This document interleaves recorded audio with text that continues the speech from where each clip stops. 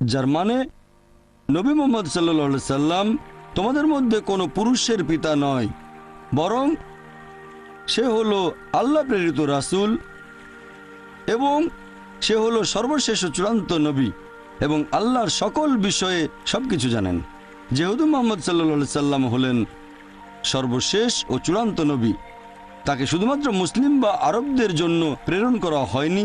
পবিত্র কোরআনে বলা হয়েছে, সূরা আম্বিয়া অধ্যায় নম্বর 21 আয়াত নম্বর 107, वमा अरसलनाका इल्ला रहमतल आलमीन।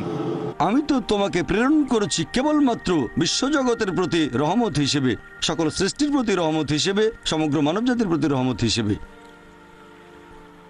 কথাটা আবারও বলা হয়েছে সূরা সাবাহ অধ্যায় নম্বর 34 আয়াত নম্বর 28, वमा अरसलनाका इल्ला काफतल लिन्नास बशीरा व नज़ीरा।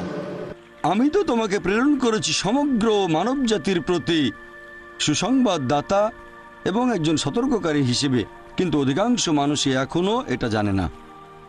যেহেতু নবী মুহাম্মদ সাল্লাল্লাহু আলাইহি সাল্লাম হলেন সর্বশেষ চূড়ান্ত নবী, তাকে শুধুমাত্র মুসলিম বা আরবদের জন্য পাঠানো হয়নি, পাঠানো হয়েছে পুরো মানবজাতির জন্য।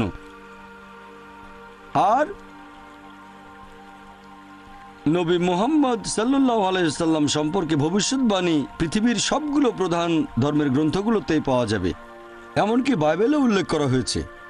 ওল্ড টেস্টামেন্ট পড়লে দেখবেন বাইবেলের বুক অব ডিউটেরোনমি অধ্যায় নম্বর 18 অনুচ্ছেদ 18 সর্বশক্তিমান ঈশ্বর বলছেন, তোমাদের জ্ঞাতিভেদের মধ্য থেকে আমি একজন রাসূল মনোনীত করব, সে হবে তোমার মতো এবং আমি তার মুখে কথা দিয়ে দেব, তারপর সে আমার আদেশ অনুযায়ী সব কাজ করবে।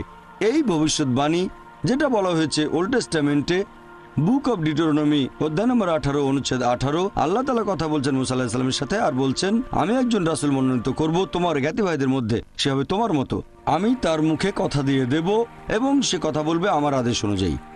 অনেক খ্রিস্টান আছে, তারা বলে এই ভবিষ্যৎবাণীটা দিয়ে যীশুখ্রিস্টকে বোঝানো হয়েছে।